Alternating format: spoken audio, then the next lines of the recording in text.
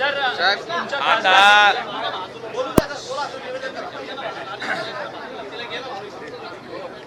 मला वाटतंय मुंबईत ख्या वृत्तवाहिनीवर खासदार निधी मिळालेल्या बाबतीत त्या ठिकाणी आलंय। त्याच्यात माझ्या मतदारसंघामध्ये 18 कोटी रुपये खासदार निधी प्राप्त झालाय।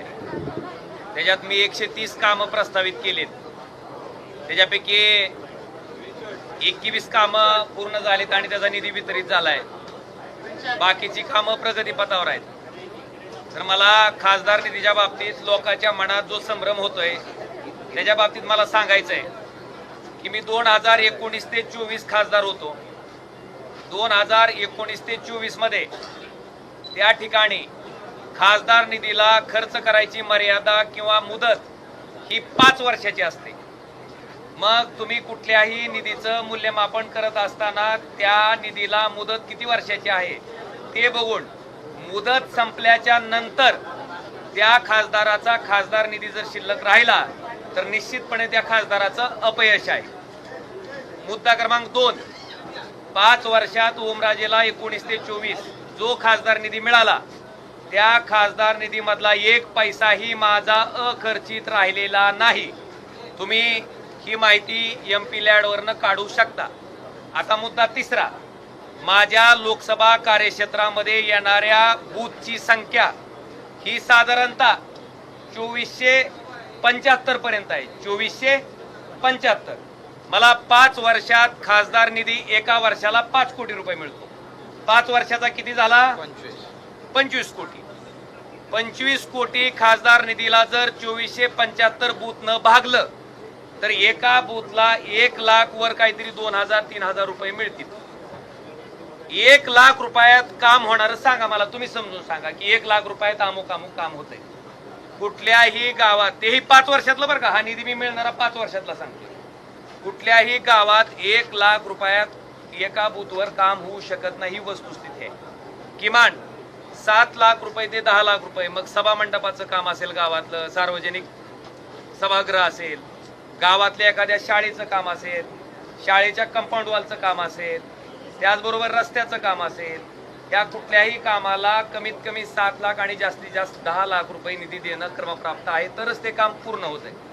जर एका गावात 7 लाख ते 10 लाख रुपये खासदार निधी गेला तर साधारणतः जवळपास 5 ते 6 बूथ, कारण 7 बूथचे पैसे एका बूथला जाणार आहेत, म्हणजे 5 ते 6 बूथ काय होणार आहेत? निधीचे राहणार आहेत।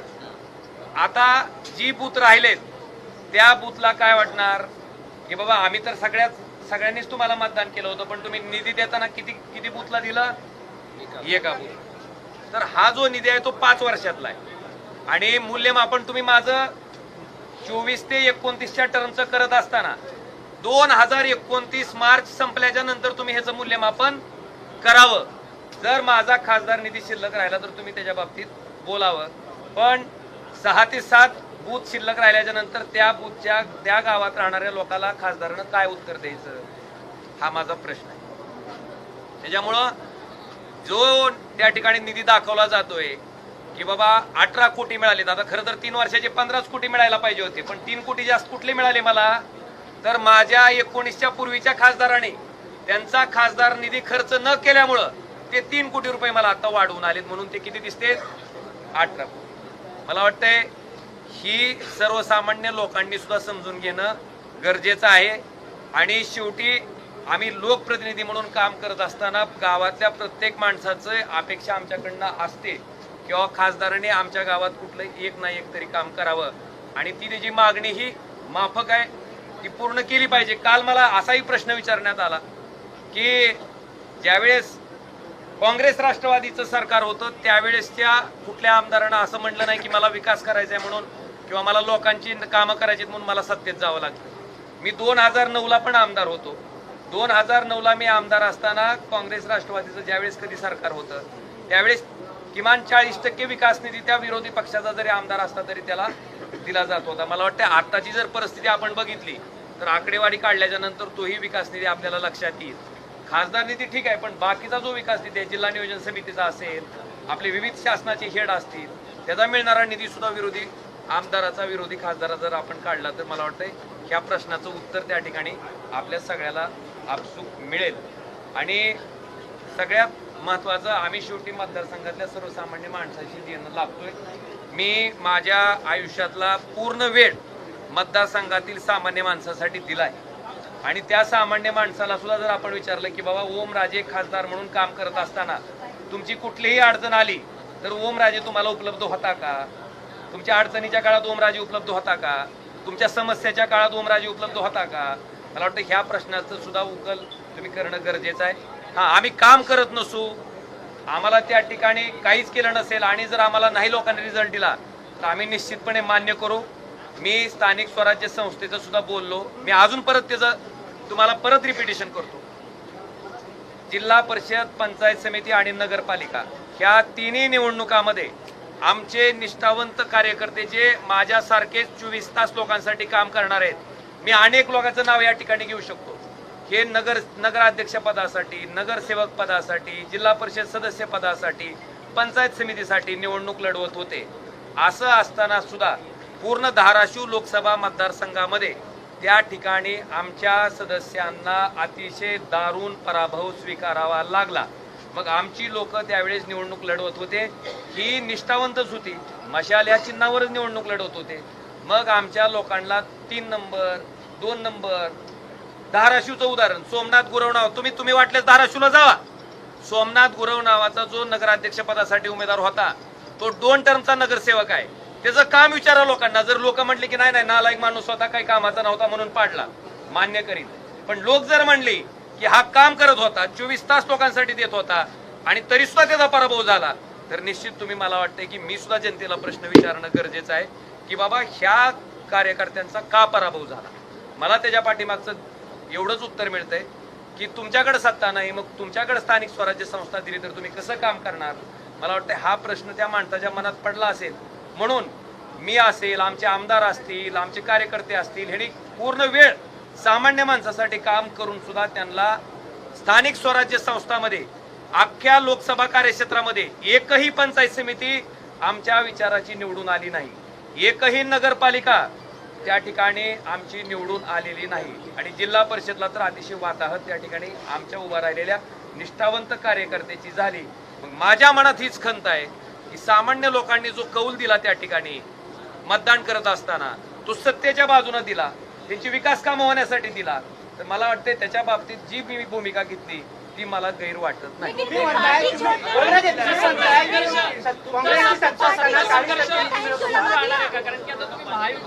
माझा आयुष्यातलं राजकारणात येण्याचं कारण मी कधीही लपवून ठेवलेलं नाही, मी कधीही झाकून ठेवलेलं नाही.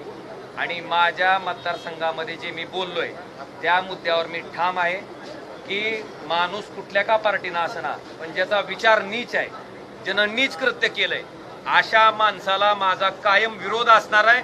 आणि तो विरोध तुम्हाला इथून पुढच्या कालखंडामध्ये सुद्धा कायमस्वरूपी दिसत राहील.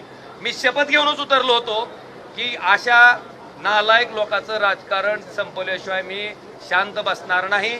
त्या शक्तीशी मी प्रामाणिक आहे. आपल्या माहितीसाठी ती जेव्हा भारतीय जनता पार्टीत आलं त्यावेळेस सुद्धा ओमराजे शिवसेनेत होता, पण ओमराजेनं त्याला विरोध केलाय, हे रेकॉर्डवर आहे. आणि इथून पुढच्या कालखंडामध्ये सुद्धा अशा वृत्तीच्या लोकांना विरोधच राहणार.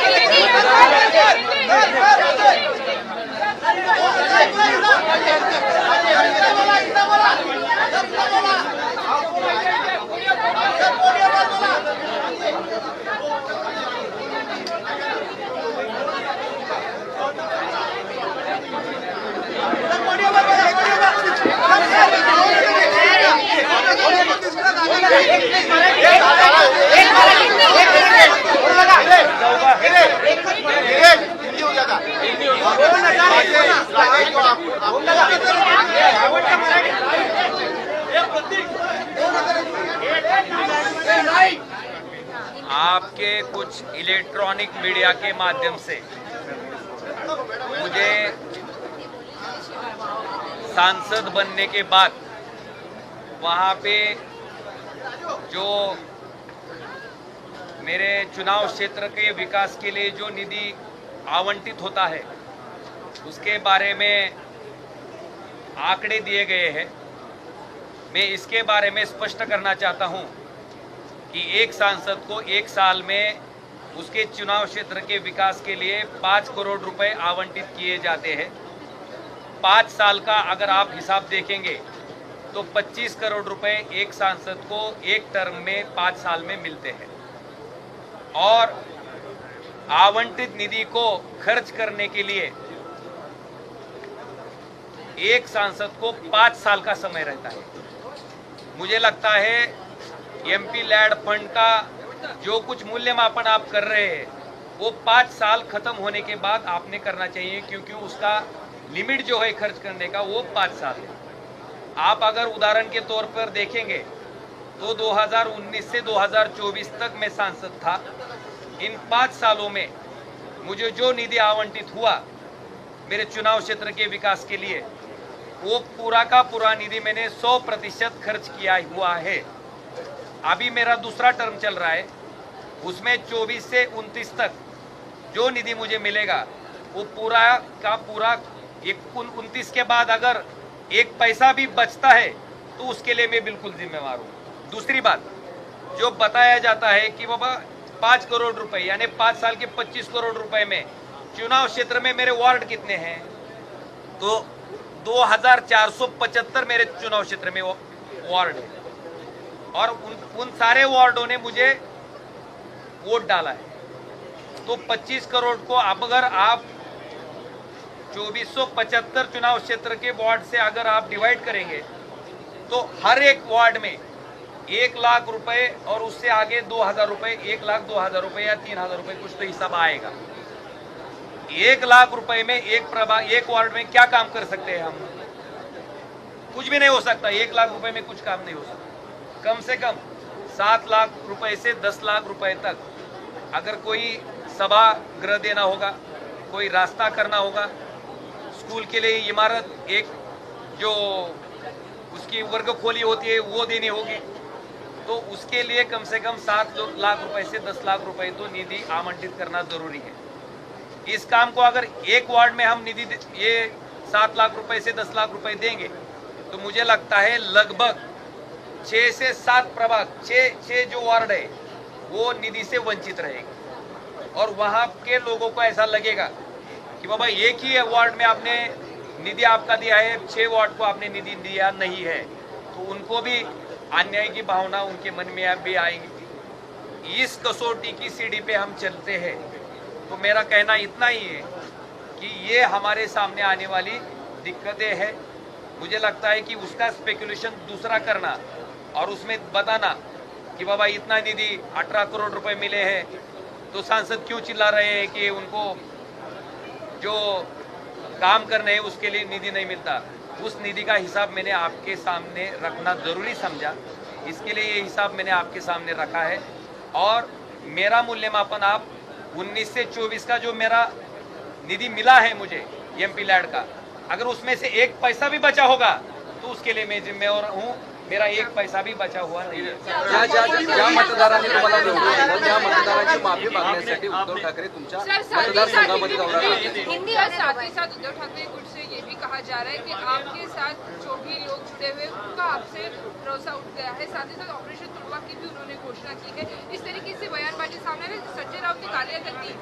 मैं आपको उसके बारे में इतना ही कहना चाहता हूँ, मैं जमीन से जुड़ा हुआ कार्यकर्ता हूँ। ऐसा नहीं मैं पूरा मेरा जितना समय मिलता है, मेरा कुछ व्यवसाय भी नहीं है, ना मेरी कुछ शुगर फैक्ट्री है, मेरी कोई शैक्षणिक इंस्टीट्यूट है, और मेरा पूरा का पूरा समय जो मेरे चुनाव क्षेत्र के लोग हैं, जो एकदम आखिर का तबका है, उनसे मैं डायरेक्टली जुड़ा हुआ हूँ। उनके लिए मैं काम करता हूँ और मेरा काम प्रामाणिक है, मैं उनके लिए करता हूँ, ये विश्वास उन लोगों के मन में भी है। और उसके बारे में मैं इतना ही बताना चाहता हूँ कि मैं अगर लोगों के लिए समय दे रहा हूँ, अगर एक भी मेरे चुनाव क्षेत्र की किसी आदमी की कंप्लेंट हो गई कि हमारा सांसद हमारा फ़ोन नहीं उठाता, हमें कुछ समस्या आती है तो उसको हल करने के लिए हमारा सांसद आगे नहीं आता, हमारा सांसद अगर लोकसभा में बैठा तो हमारे मुद्दे नहीं उठाता। ऐसा एक भी अगर कंप्लेंट किसी ने की तो उसके लिए मैं जिम्मेवारी लेने के लिए तैयार हूँ। मैं पूरे ईमानदारी से उनके लिए काम करता हूँ और मैं इतना ही कहना चाहता हूँ कि मुझे इसका गुरूर नहीं है, मैं काम करता हूँ इसके लिए मैं बोलता हूँ। और हमारे लोकशाही में लोक प्रतिनिधि का कर्तव्य है कि उनके लिए जो जिम्मेवारी है वो निभाना है। वो निभाने में मैं कहीं भी कुछ भी कमी मेरे तरफ से नहीं है। और मुझे लगता है निश्चित तौर पर कुछ लोगों को मेरे ऊपर प्यार है, एकदम कनेक्ट हो। उनको ऐसा नहीं लगता कि ये सांसद है, उनको लगता है कि मेरे घर परिवार का कोई तो आदमी है। तो उसके कारण कुछ लोगों को मेरे ऊपर इंस्टेंट रिएक्शन जो रहती है वो आई है। मैं उसके बारे में कभी जुटलाता नहीं। और आपको एक बात बताना चाहता हूँ, मेरा कमेंट सेक्शन अभी तक बंद नहीं हुआ है। मैं सुन रहा हूँ, जो कुछ बोल रहे हैं मैं सुन रहा हूँ। मैं सारे फोन भी ले रहा हूँ, उनसे बात कर रहा हूँ मैं कि ये निर्णय के लिए मुझे किस मजबूरी में आना पड़ा, किस लिए मैं आया हूँ, ये भी बात उनको समझा रहा हूँ। और मैं इतनी ही बात कहना चाहता हूँ कि ये सारे बातें बताने के बाद उनको भी मेरी बात समझ में आ रही है। मैंने जो निर्णय लिया हुआ है, मैंने मेरे चुनाव क्षेत्र में जाकर लोगों से बात करके मैंने ये निर्णय लिया हुआ है। कुछ लोगों को दिक्कत है तो बिल्कुल उनके पास मैं जाऊंगा, मैं उनके लिए आंसरेबल हूँ, उनको मेरी दिक्कतें बताऊंगा, मैंने क्यों ये निर्णय लिया है इसके बारे में उनको अवगत करूंगा। और मेरा जो काम है वो जितने स्पीड से मैं पहले काम कर रहा था उतने ही स्पीड से मैं काम करूंगा।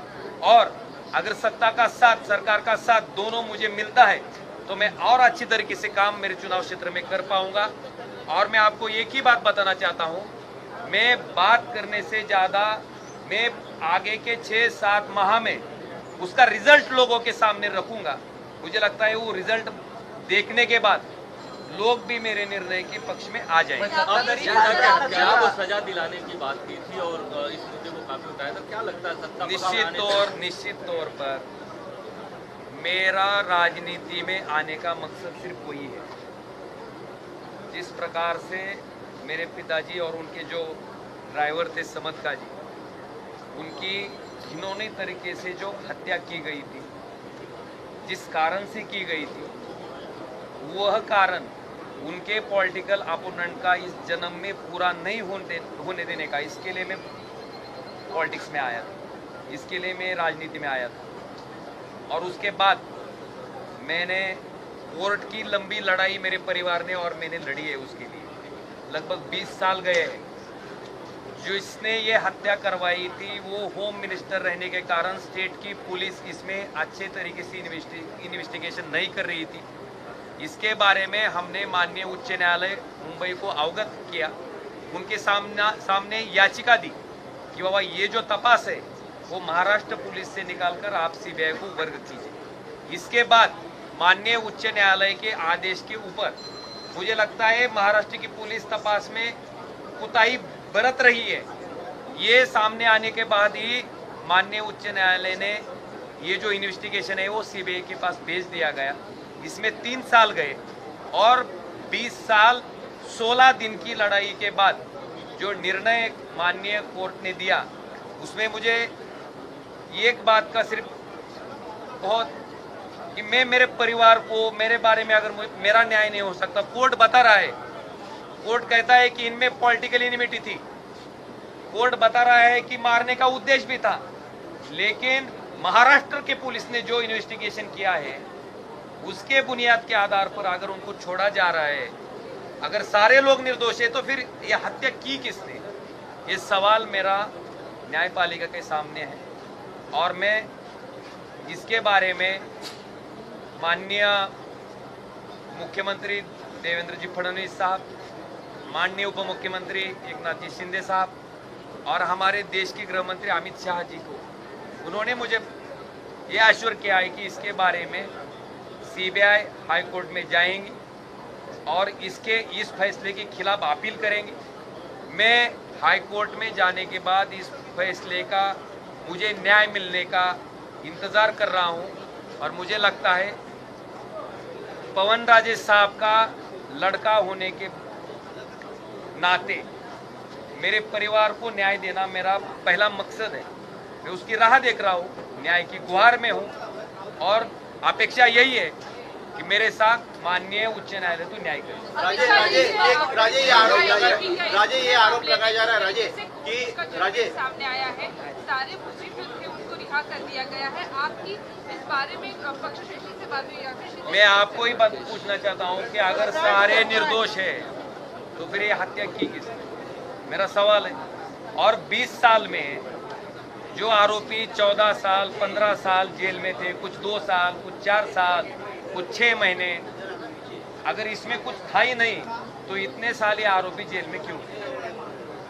राजे आप लोग अभी सुनिए ना, ये सामने में भी आरोप किया जा रहा है, संजय राउत भी बोले कि सभी सांसद गद्दार है, सभी ने 50-50 करोड़ रुपए लिए हैं, आप शांत बैठो। आप मेरे चुनाव क्षेत्र में अगर जाकर किसी से पूछेंगे, किसी से भी पूछेंगे, तुम्ही माझ्या मतदारसंघात जाऊन कुणाला जरी विचारलं 2022ला ज्यावेळेस शिवसेना फुटली, मग आम्ही जर पैशाच्या हव्यासे असतो, आम्ही जर सत्तेच्या हव्यासे असतो तर 22 फुटलो असतो ना। 4 वर्ष वाट बघितली असती का? 4 वर्ष तुम्ही म्हणताय की पैशासाठी, पण 4 वर्ष आम्ही आमचं नुकसान करून घेतलं असतं का? आमचं, मी कसा माणूस आहे माझ्या मतदारसंघातील लोक जाणते, त्यांना मी कशा पद्धतीनं काम करतो हेही माहिती आहे आणि आपल्या समोर सांगतो की मी ज्या पद्धतीनं काम करतो हे सामान्य माणसाला माहिती आहे। पैसे असेल, पद असेल, ह्या गोष्टी माझ्यासाठी अतिशय गौण आहेत। माझ्या पूर्ण जीवनात त्याला कधीही महत्त्वाचं स्थान नाही आहे हे मी तुम्हाला आवर्जून सांगू इच्छितो। आणि राऊत साहेब असतील, मला त्यांच्याबद्दल बोलायचं नाही, मी कायमस्वरूपी म्हणतोय की मी एक सामान्य कार्यकर्ता आहे। राऊत साहेब फार मोठे व्यक्तिमत्व आहे, मी त्यांच्याबद्दल, त्यांच्या वक्तव्याबद्दल माझ्यासारख्या सामान्य माणसांना बोलणं मला योग्य वाटतं। सांगा कि आपके सांसदों के खिलाफ ये कहा जा रहा है कि आप लोगों ने पैसे लिए, आप लोग गद्दार है। आपके सवाल के ऊपर मेरा जवाब इतना ही है कि 2022 में शिवसेना पहली बार फूटी थी। अगर हमारा मकसद, मेरा मकसद पैसा रहता, पद रहता तो मैं 2022 को ही चला जाता ना। 2022 से 2026 तक की राह में नहीं देता। दूसरी बात, मेरे चुनाव क्षेत्र का जो मतदाता है, इसके बारे में मेरा आचरण रहा है, मेरा जो काम रहा है, इसके बारे में भली भांति उसको पता है मैं किस प्रकार काम करता हूँ और मैं सामान्य आदमी के लिए काम कर रहा हूँ। मेरे इसमें पैसा होगा, कोई पोजीशन होगी, ये कभी मेरे जीवन में प्राथमिकता नहीं रही है। मेरी प्राथमिकता जो मेरे चुनाव क्षेत्र के लोग हैं, उनको कोई दिक्कत आती है तो उसके लिए मेरी प्राथमिकता रही है और इसके बारे में मेरे चुनाव क्षेत्र के लोग अवगत है। तो मैं इतना ही कहना चाहता हूँ कि मेरा आचरण पता है, तो मुझे इसके लिए स्पष्टीकरण देने की भी आवश्यकता नहीं लगती। चुनाव क्षेत्र में आके सभा लेने वाले, साथ ही साथ संजय दीना पाटिल के यहाँ पे भी उन्होंने सभा ली थी। 6 सांसदों का जो चुनाव क्षेत्र है वहाँ पे जाके उद्धव ठाकरे कुछ सभा लेने वाले थे।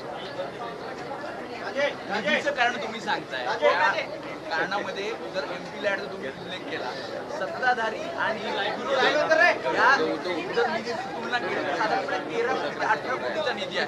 तुम्ही जे कारण सांगितले की निधीच मिळत नव्हता, तर एमपी लॅडमध्ये तसं दिसत नाहीये। 6 खासदारांचा निधी साधारणपणे 13 कोटी ते 19 कोटीच्या दरम्यान आहे। त्याबद्दल तुम्ही काय